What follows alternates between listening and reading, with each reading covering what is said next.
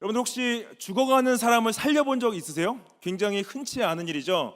아마 의사로 일하시거나 간호사로 일하시거나 아니면 뭐 라이프 가드라든지 아니면은 경찰이라든지 아무튼 굉장히 긴박한 상황에서 사람을 구해야 될 때가 이제 있는 것을 저희가 종종 보죠. 근데 그런 경험을 하는 게 흔치는 않죠. 저는 이 죽어가는 분은 아니었지만 비슷한 경험을 한 적이 있습니다. 제가 십수년 전에 예전에는 비행기를 탈 때 직업이 뭔지 기록을 하고 탔던 적이 있어요. 그래서 굉장히 먼 데로 비행기를 타고 가고 있는데 중간 지점에서 비행기 안에서 한 분이 기절을 하신 거예요. 근데 기절을 하셨는데 이 대부분 그 승무원 분들이 퍼스트 에이드 응급 처치를 다들 훈련을 받으신 분들에도 불구하고 누가 기절을 하니까 다들 당황을 하신 거예요. 당황을 하시고 나서 이 그 리스트의 직종 중에 이제 의료 쪽에 제가 이제 의사로 일을 했었기 때문에 의사를 찾았던 거죠. 근데 그 많은 사람들 중에 어떻게 저한테 오셔서 의사가 많으셨을 텐데 저한테 오셔가지고 저도 같이 당황을 했죠. 누가 기절하셨는데 지금 비행기를 멈출까요? 저한테 물어보는 거예요. 비행기를. 그래서 저한테 그걸 그래서 제가 근데 어찌됐든 당황한 모습을 안 보이면서 가서 상황을 보니까 이제 외국 분들 두 분이 이제 남편과 아내가 여행을 하고 계셨는데 아내분이 기절을 하신 거예요. 기절하시고 제가 이제 남편분한테 물어보니까 남편분이 아내가 어떤 성인병도 없고 합병증도 없고 또 무슨 먹는 약도 없다, 크게 아파본 사람이 아니다라고 하시는 거예요. 그리고 제가 이제 그럼 지난해 이제 며칠 동안 뭘 하시냐 그러니까 여행을 다녔다고 하시는 거예요. 근데 제가 보니까 또 그 자리에 그 공기가 나온 그 벤트 있죠. 그게 닫혀 있더라고요. 그래서 아마 여도골이 내서 지쳐가지고 산소가 부족해서 기절하신 게 아닌가 생각이 들어서 제가 일단 산소호흡기를 이제 그리고 또 혈압을 재봤죠. 혈압도 거의 정상이셨어요. 많이 떨어지지도 않고. 그래서 산소호흡기를 이제 대드리고 한 1, 2분 지나니까 깨나시더라고요. 깨나시니까 승무원분들이 너무 좋아하시는 거예요. 비행기를 안 멈춰도 되는구나.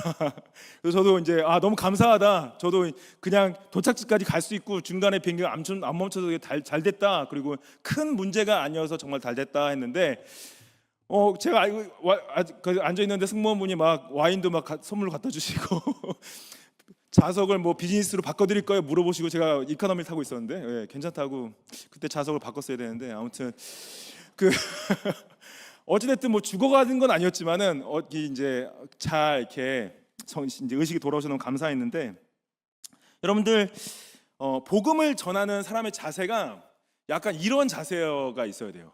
죽어가는 사람을 살려야 되겠다는 마음. 산소호흡기는 뭐냐? 예수님이 산소호흡기인 거예요. 그래서 이 사도 바울이 이제 유대인들에게 복음을 전하러 이제 선교 여행을 떠났죠. 바나바와 함께. 그래서 비시디아에 있는 안디옥에 가서 회당에서 말씀을 전할 수 있는 기회가 주어져서 저희가 지난주 본문에서 이 말씀을 전하는 것을 이제 보기 시작했죠. 근데 이 말씀이 이제 그 중간 지점에 들어와서 바울이 여기서 지금 저희가 바울이 말씀을 전할 때 이 바울의 마음을 느끼게 된 건 뭐냐면 바울은 여기에 모인 그 회당에 모인 사람들이 그리스도로 말미암아 구원을 받기 원하는 마음으로 말씀을 증거하고 있는 것을 기억을 하시면서 이 말씀을 봐야 되고요. 그래서 이 본문 26절 말씀 여기 보시면은 형제들아 아브라함의 후손과 너희 중 하나님을 경외하는 사람들아 이 구원의 말씀을 우리에게 보이셨다라고 그러죠. 여기서 이제 지난주에도 설명드렸지만 회당에 유대인들이 와 있었죠. 유대인들에게 사도 바울이 자신도 유대인이니까 형제들아 할 때 왜 굳이 아브라함의 후손이라는 말을 썼냐? 왜냐하면 아브라함에게 하나님께서 약속을 주셨어요. 어떤 약속을 주셨냐? 아브라함의 후손을 통해서 하나님께서 모든 열방을 축복하실 것이다 라는 그 언약을 주셨는데 그 약속을 기억하게 하기 위해서 아브라함의 후손이 너희다 라고 말을 하고요. 그 다음에 너희 중에 하나님을 경외하는 사람들아, 물론 유대인들 전부가 다 하나님을 경외하는 사람들 있지만은 당시 그 비시디아 안독에 있던 이방인들 중에 유대교 특히 야훼 하나님을 알고 섬기기 원해서 그걸 영어로 이제 프로셀라이트라고 하는데 그 사람들이 와서 함께 있었던 거예요. 여호와를 경외한 자들아 이 구원의 말씀을 우리에게 보셨다. 이 구원의 말씀이 무엇이냐? 예수 그리스도라는 거죠. 예수 그리스도가 구원의 말씀이다. 구원의 길이다. 그를 우리에게 보이셨다. 그래서 그 구원의 말씀이 무엇인가라는 설명을 이제 쭉 말씀을 통해서 하게 되어 있습니다. 첫 번째 20절 말씀 보시면은 예루살렘에 사는 자들과 그들 관리들이 예수와 및 안식일마다 외우는 바 선지자들의 말을 알지 못함으로 예수를 정죄하여 선지자들의 말을 응하게 하였다. 이게 당시 예루살렘뿐만 아니라 유대인들이 모여 사는 곳에 회당에 모이면 항상 하나님의 말씀을 읽었어요. 특별히 구약의 모세율법과 예언서들 그리고 시가서들을 부분적으로 계속 읽으면서 그거에 대해서 하나님의 뜻을 같이 나누고 듣고 설교를 듣고 했다는 거죠. 근데 그들이 말씀을 안식일마다 외우기까지 했었는데 선지자들이 말한 말을 알지 못했다. 예수님을 약속하시고 예수님을 보내줬는데 너희들이 예수님을 정죄하고 그 선지자들이 말을 한 것을 응하겠다. 이건 뭐냐? 유대인들이 예수님을 정죄하는 사건은 성경이 이미 예언하신 것을 이루는 예언의 성취라는 거죠. 예를 들어서 이사야가 한 6, 700년 전에 이때 당시 기준으로 해서요 이러한 예언을 하죠. 그가 찔림은 우리의 허물 때문이요 그가 상함은 우리의 죄악 때문이라. 그가 징계를 받음으로 우리는 평화를 누리고 그가 채찍에 맞음으로 우리는 나음을 받았다. 이 말씀을 유대인들이 받았을 때 이게 무슨 말이지? 왜 이 메시아를 이렇게 표현하지? 라고 하는 것을 이해를 못했던 거예요. 근데 바울이 이걸 설명하는 거죠. 이거는 예수님이 십자가에서 고난당하시고 죽은 것을 이사야가 예언한 것이다. 너희들이 맨날 읽고 듣는 것이 예수님의 말씀에 대한 성취다라고 말씀을 하시는 거죠. 그래서 예수님의 찔림은 우리의 허물 때문이다. 예수님의 상함은 우리의 죄악 때문이다. He was pierced for our transgressions. He was crushed for our iniquities. 예수님께서 우리의 죄를 대신해서 십자가에서 죽으시고 부활하심을 통하여서 우리가 평화를 누리게 됐다. 예수님의 그 대속의 은혜로 말미암아 우리가 죄 사함을 얻고 하나님 앞에서 나음을 얻게 됐다라고 그것을 성취했다라는 거죠. 그래서 28절 본문에 다시 돌아와서 죽일 죄를 하나도 찾지 못했다. 이게 굉장히 중요합니다. 왜냐하면 예수님은 성령으로 잉태하셨죠. 그래서 성령으로 잉태했던 것은 죄 없이 예수님께서 태어나신 유일한 분이십니다. 죄 없이 태어나신 분이 놀랍게도 한 번도 죄를 범한 적이 없으신 거예요. 그리고 이 사람들이 유대인들이 예수님을 공격할 때 죽일 죄를 찾으려 했지만은 하나도 찾지 못했다. 죄를 범하지 않은 분이 죄가 없는 분이 죄 있는 자들을 향해서 대신 죄값을 치르신 거죠. 당시 유대인들에게는 사람을 죽일 수 있는 권한이 없었기 때문에 로마 총독이었던 빌라도에게 대신 죽여달라고 부탁을 했던 거죠.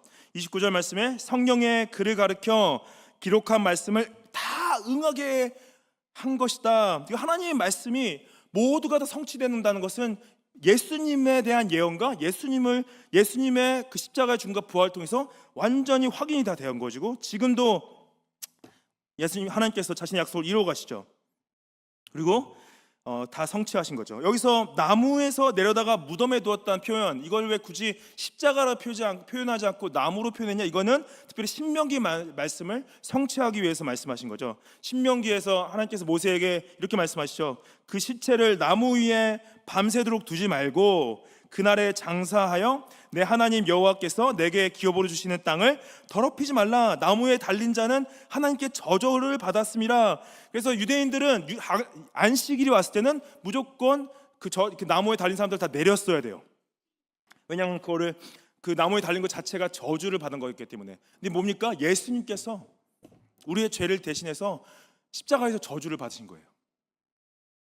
우리가 받아야 될 심판과 우리가 받아야 될 죄에 대한 책임을 예수님께서 받으신 거죠. 그거를 성취하신 거죠. 여러분들, 예수님이 왜 구원의 말씀이냐?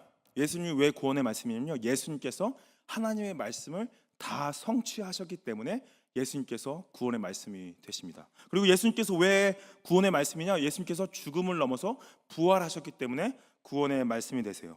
29절 말씀에 성경에 다시 한번 이제 다 응하게 했다. 나무에서 내려다가 무덤에 두었으나 30절에 하나님이 죽은 자 가운데서 그를 살리신지라. But God raised him from the dead. 하나님께서 이 예수님을 죽은 자 가운데서 부활하셨다는 건 뭐냐? 우리가 인간에게 가장 슬픈 소식이 뭐예요? 죽음이죠. 죽음이 가장 슬픈 소식이죠. 근데 만약에 여러분들 죽음이 끝이라면은 그것이 죽음이 마지막에 슬픈 소식이지만, 만약에 죽음이 끝이 아니라 죽음 이후에 죄에 대한 책임을 묻는 심판의 자리가 있고 심판 가운데서 또 형벌을 받는다면 그것이 더 나쁜 소식이고 더 슬픈 소식인 거죠. 근데 예수님께서 왜 예수님의 부활이 구원의 말씀이냐? 예수님께서 부활하신 것은요, 예수님이 죽음을 이긴 것뿐만 아니라 사단의 권세와 죄의 문제를 이기신 것, 이것이 예수님의 부활의 놀라운 능력이고 그것이 우리 모두에게 구원의 말씀이 되기 때문입니다. 31절 보시면 갈릴리로부터 예루살렘에 함께 올라간 사람들에게 여러 날 보이셨으니 그들이 이제 백성 앞에서 그의 증인이라. 이 사도행전을 누가가 기록했는데 누가가 사도행전을 시작할 때 뭐라고 그랬어요? 예수님께서 부활하시고 승천하시기 전까지 40일 동안 계시면서 여러 사람에게 나타났다. 그리고 나중에 고린도 전후서에 보면은 바울이 그 예수님께서 500명 이상이 되는 형제 자매들과 제자들에게 나타났다라고 말씀하시죠. 그래서 여러분들, 예수님의 죽음과 십자가의 죽음과 부활은 신화가 아닙니다. It's not a myth. 신화가 아니라 뭐예요? 역사적 사건이에요. 역사적 증인들이 있는 역사적 사건으로서 예수님이 공생애를 시작하면서 예수님이 항상 제자들과 함께 다니셨고 적어도 무슨 일을 할 때 3명 이상의 증인을 데리고 계셨고요. 예수님의 공적 사역들은 항상 증인이 있었고 십자가에 예수님이 누구를 살리실 때도 증인들이 있었고 예수님이 어떤 귀신 들린 사람의 귀신을 쫓아낼 때도 사람들이 증인이 있었고 예수님이 5,000명을 먹일 때도 증인들이 있었고요. 예수님께서 눈먼 자를 뜨게 할 때도 증인들이 있었습니다. 십자가의 죽음을 너무나 많은 사람들이 목격했죠. 그리고 나서 부활하신 예수님을 너무나 많은 사람들이 목격을 하고 그것이 자신들이 증인된다라고 말한 거죠. 이게 뭐냐 여러분들, 우리는 직접 보지 못했어요. 예수님이 죽음을 직접 보지도 못하고 예수님이 부활하심을 직접 보지도 못하고 예수님이 승천하심을 직접 보지도 못했지만은 성경이 이 증인들이 기록한 그 기록을 믿고 그것을 증거하는 것이 증인의 삶 되는 것입니다. 이 증인들이 봤다는 것을 믿고 이 증인들이 증거한 것을 우리도 동일하게 증인으로서 증거해야 된다는 거죠. 32절 말씀에 우리도 조상들에게 주신 약속을 너에게 전파한다. 곧 하나님이 예수를 일으키사 우리 자녀들에게 이 약속을 이루게 하셨다 함이라. 시편 2째 편에 기록된 바와 같이 너는 내 아들이라 오늘 내가 너를 낳았다. 하나님께서 이 시편 다윗의 이 기록을 통해서 다윗의 예언이죠. 하나님께서 자신의 아들을 낳으신 예수 그리스도가 하나님의 아들 되심을 직접 증거하셨고 그 예수님께서 특별히 세례를 받으실 때 세례 요한이 세례를 주는 가운데 성령님이 비둘기처럼 내려오시고 하나님께서 내 아들, 내 사랑하는 내 아들이다 하나님께서 하늘에서 고백하시죠. 그리고 그 하나님께서 예수님을 다시 살리신 것을 말씀을 하시는 거죠. 34절 말씀에 또 하나님께서 죽은 자 가운데서 그를 일으키사 다시 썩음을 당하지 않게 하실 것을 가르쳐 이르시되 내가 다윗의 거룩하고 미쁜 은사를 너에게 주리라 하셨다. 여러분들, 하나님께서 예수님을 다시 부활하게 하시고 썩음을 당하지 않게 하셨다. 이게 왜 중요하냐? 여러분들, 모든 시체는 썩음을 당할 수밖에 없습니다. 그렇죠? 무덤에 묻히게 되거나 어찌됐든 죽은 상태에서는 다 썩게 돼 있어요. 근데 여러분들 놀랍게도 우리 지금 살아있는 중에도 우리가 썩고 있습니다. 몸에 있는 염증이라든지 또 몸 안에 있는 종양이라든지 많은 죽어가는 세포들이 이미 우리 몸은 썩어져 가고 있어요. 죽지도 않았는데 왜 이미 썩고 있지라는 생각이 들 수 있지만은 여러분들 관절도 염증이 있고 장기도 염증이 있고 어떤 분들은 뇌에도 염증이 있고 그렇죠. 그 종양들이 아직 많이 번식은 안 했지만은 대부분 다 종양의 세포들이 다 살아 있고요. 물론 죽음 이후에 썩는 거는 다른 개념이지만 우리는 이미 죽어가고 있고 세포로 썩어져 가고 있습니다. 염증으로. 근데 다시는 썩음을 당하지 않다. 하나님 예수님은 죽고 3일 만에 부활하셨을 때 그 죽은 자가 당해야 될 썩음을 당치 않고 있었다는 거예요. 그래서 사도 다시 본문 35절 말씀에 다른 시편이 읽었을 때 주의 거룩한 자로 썩음을 당하지 않게 했다. 이 말씀들은 유대인들이 너무나 다 잘 아는 말씀입니다. 어떻게 거룩한 자는 누구고 이 거룩한 자는 왜 썩음을 당치 않게 되는 것을 다윗이 말을 하고 있냐라는 거죠. 근데 바울이 유대인들에게 설명해 주는 거예요. 이거는 예수님에 관한 말씀입니다. 예수님께서 그 거룩한 자다, the holy one of God, 그분이 부활함으로 말미암아 그 몸에 썩음을 당치 않게 된 것이다. 그래서 이 시편 말씀을 인용을 했는데 시편 16편 10절 말씀 보면은 이는 주께서 내 영혼을 스올에 버리지 아니하시며 주의 거룩한 자를 멸망시키지 않으실 것입니다. 이 말씀을 사도 바울이 인용하면서 유대인들에게 가르쳐 주는 거죠. 그 회당에 모인 사람들에게 예수님은 부활하셨고 예수님은 썩음을 당치 않으셨고, 그건 뭐냐? 예수님을 믿고 따르는 자들에게 이 동일한 부활을 약속하셨다는 거예요. 여러분들 다 아시는 말씀, 요한복음 3장 16절 뭐죠? 하나님이 세상을 이처럼 사랑하사 독생자를 주셨으니 이는 그를 믿는 자마다 멸망하지 않고, 이거는 멸망하지 않는다는 것은 심판당하지 않는 것도 말하지만 썩음을 당하지 않는다는 것을 말하는 거예요. 영생을 얻게 하려 하심이라. 이게 하나님이 여러분들에게 하신 약속입니다. 예수님을 믿는 분들은 예수님이 부활하셨던 것처럼 부활의 몸을 약속하고 계세요. 지금 우리의 몸은 썩어져 가고 우리가 죽음을 받았을 때는 우리의 육신은 썩음을 당할 수밖에 없지만은 예수 그리스도의 안에 있는 자들은 예수님과 함께 만나서 예수님의 재림이 때 썩음을 당치 않는 그 몸을 약속하시는 거죠. 그래서 계시록 22장 3절 말씀에 다시 저주가 없을 것이다 말씀하세요. No longer will there be anything accursed. 여러분들, 우리 모두가 다 저주 가운데 있는 거 아십니까? 이 세상에 있다는 것은 여러분들, 우리가 가지고 있는 우리 몸 자체가 이미 그 죄의 저주와 그 타락의 저주와 그 죄책에 대한 저주로서 이미 자주를 받고 있고, 우리가 서로를 미워하고 전쟁하고 서로를 배신하고, 그 다음에 이런 그 질병과 그 모든 바이러스들과 이런 것들이 다 저주예요. 근데 더 이상 저주가 없고 하나님께서 우리의 눈에 모든 눈물을 닦아주는 약속하셨고, 이 저주가요, 이 우리 인간에게만 임한 뿐만 아니라 이 지구 전체, 창조계 전체에 임한 것을 성경은 말하고 있습니다. 아담과 하와가 하나님 앞에서 범죄하고 죄가 인간에게 들어왔을 때 그 죄가 이 세계에 같이 들어와서 이 피조물은요 아파하고 있어요. 그래서 뭐라고 말하냐면 로마서 8장 20절 말씀에 피조물이 허무한데 굴복하는 것은 자기 뜻이 아니다 오직 굴복하게 하시는 이로 말미암으니라. 그 바라는 것은 피조물도 썩어짐의 종로로 탄 데서 해방되어지고 하나님의 자녀들의 영광의 자유에 이르는 것이다. 이 피조물은요 모든 하나님 백성들이 구원받는 걸 기다리고 있어요. 모든 사람들이 구원받았을 때 예수님이 다시 오셔서 재림의 영광으로 말미암아 여러분들 저주가 거쳐지는데, 여러분들 뷰티 앤 더 비스트, 미니어의 야수 마지막 장면에 보면은 저주가 거쳐지면서 막 그 구름이 거쳐지고 막 꽃들이 펴나고 마른 가지에 잎사귀가 돋아나고 막 이렇게 쭉 햇빛이 쫙 쬐면서 저주가 걷어지잖아요.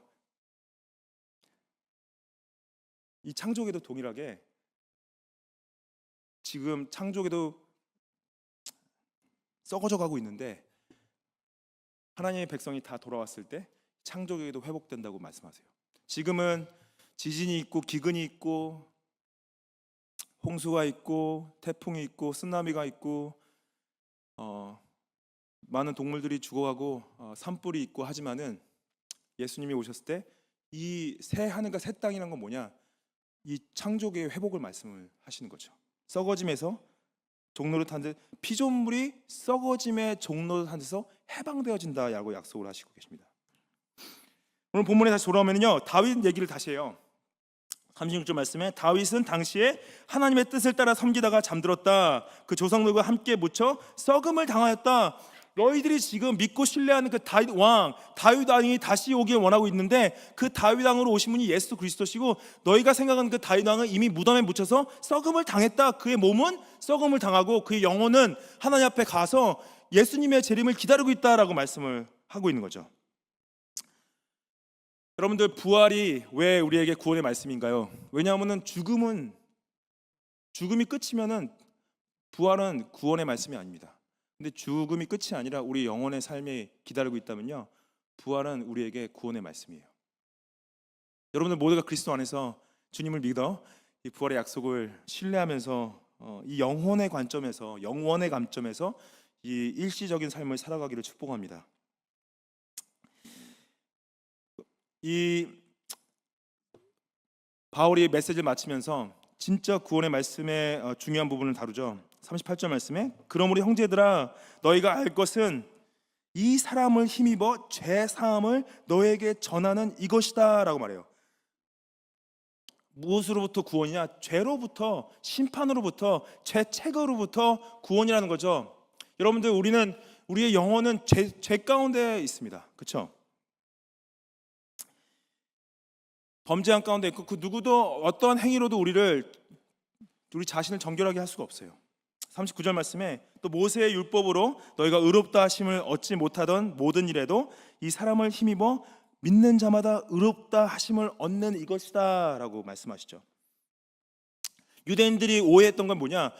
하나님께서 율법을 유대인들에게 주셨을 때 율법을 주신 시점이 언제면요, 애굽에서부터 구원하시고 구원받은 백성으로서 어떻게 살아가야 될지를 가르치시기 위해서 율법을 주셨어요. 그 율법의 정신이 뭐예요? 하나님을 사랑하고 이웃을 사랑하는 거죠. 근데 그것을, 율법을 주신 것은 어떻게 하나님과 관계할 것인 것을 주신 건데, 유대인들이 뭘 오해했냐면은 이거 율법을 지킴으로 말미암아 내가 하나님 앞에서 의롭게 될 수 있다고 해석을 한 거예요.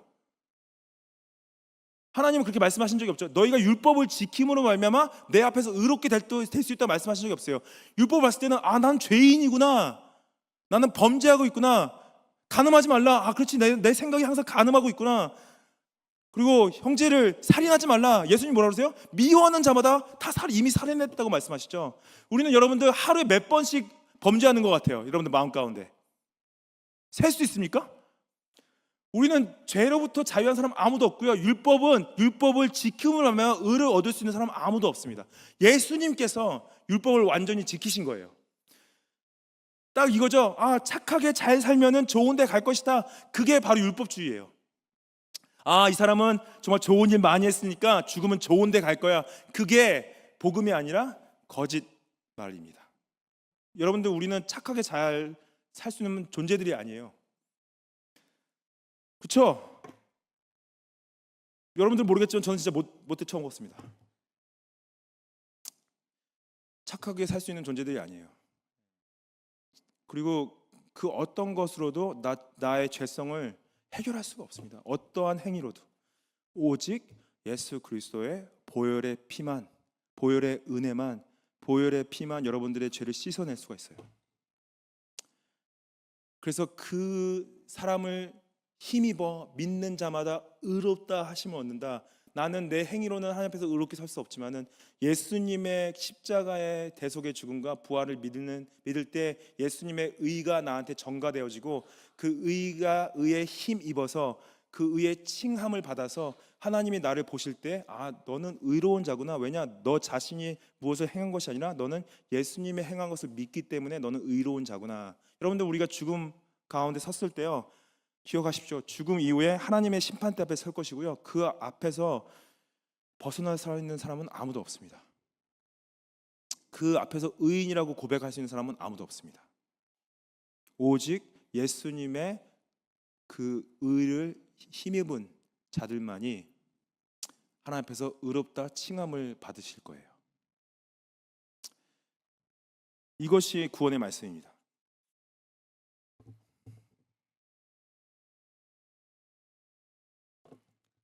사도 바울이요, 이 1편 어떻게 보면 첫 번째 기록된 사도 바울의 설교문이에요. 설교를 어떻게 마치냐면 경고함으로 마칩니다. 저는 이제 약간 저희가 이제 요즘에는 말을 조심해야 되잖아요. 부드럽게 말하고, 좀 조심하게 말하고, 이제 영어로 이제 politically correct 해야 된다 이렇게 얘기를 하는데, 말을 함부로 해서 안 되는데 좀 바울도 좀 이렇게 말을 좀 부드럽게 해서 설교를 마칠 것 같잖아요. 설교를 부드럽게 마치지 않고 굉장히 심각한 경고를 하면서 마칩니다. 40절 말씀에 그런즉 너희는 선지자들을 통해 말씀하신 것을 너에게 미칠까 삼가라. 일렀을 때 보라 멸시하는 사람들아. 여기서 영어로 보시면은 you scoffers 그래요. 한국말로는 좀 덜 표현되어 있어요. 너 보라 멸시하는 사람들하는 것은 약간 가벼운 표현이고 you scoffers 그런 게 뭐냐? 너희 하나님을 무시하는 악당들아 이렇게 말하는 거예요. You scoffers. 너희는 놀라고 멸망하라. Be astounded and perish. 심판받을지어다라는 거예요. 뭐냐? 너희 때를 당하여 한 일을 행할 것이니 사람이 너희에게 이뤄줄지라도 도무지 믿지 못할 일이라. 이거는 사도 바울이 하박국의 예언을 인용하면서, 이건 유대인들이 잘 알고 있던 말씀입니다. 하박국의 예언을 인용하면서 경고하는 거죠. 하나님의 말씀을 들었는데 믿지 않았다. 들은 것에 대한 마음의 책임을 지지 않았다라고 표현하는 거죠. 하박국 본문 말씀 보시면은 하박국 1절 5절 말씀에 여호와께서 이르시되 너희는 여러 나라를 보고 또 보고 놀라고 또 놀랄지어다. 너희의 생전에 내가 한 가지를 행할 것이라 누가 너희에게 말할지라도 너희가 믿지 아니하리라. 굉장히 심각한 경고죠. 여러분들, 저는 나쁜 말을 못하는 사람입니다. 듣기 싫은 말 잘 못하는 사람이라서 여러분들에게 그런 경고로 설교를 마칠 수는 없는데,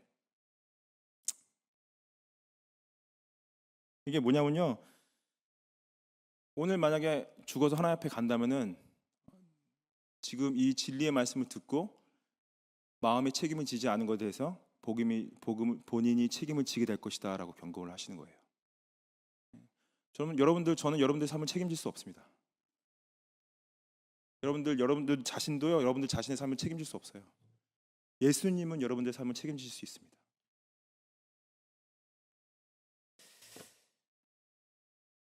예수님 믿으십시오. 주님께서 여러분의 구원이 되시고요, 그분이 구원의 말씀 되십니다. 예수님에 관한 모든 말씀이 성취되어지고요, 앞으로 성취되어질 것이고, 예수님의 부활의 약속 가운데 여러분 예수님을 믿는다면 부활의 몸을 받으실 것이고요, 여러분들의 삶이 죽음이 끝이 아니라 그리스도와 함께 영광의 영생의 가운데 들어가실 것입니다.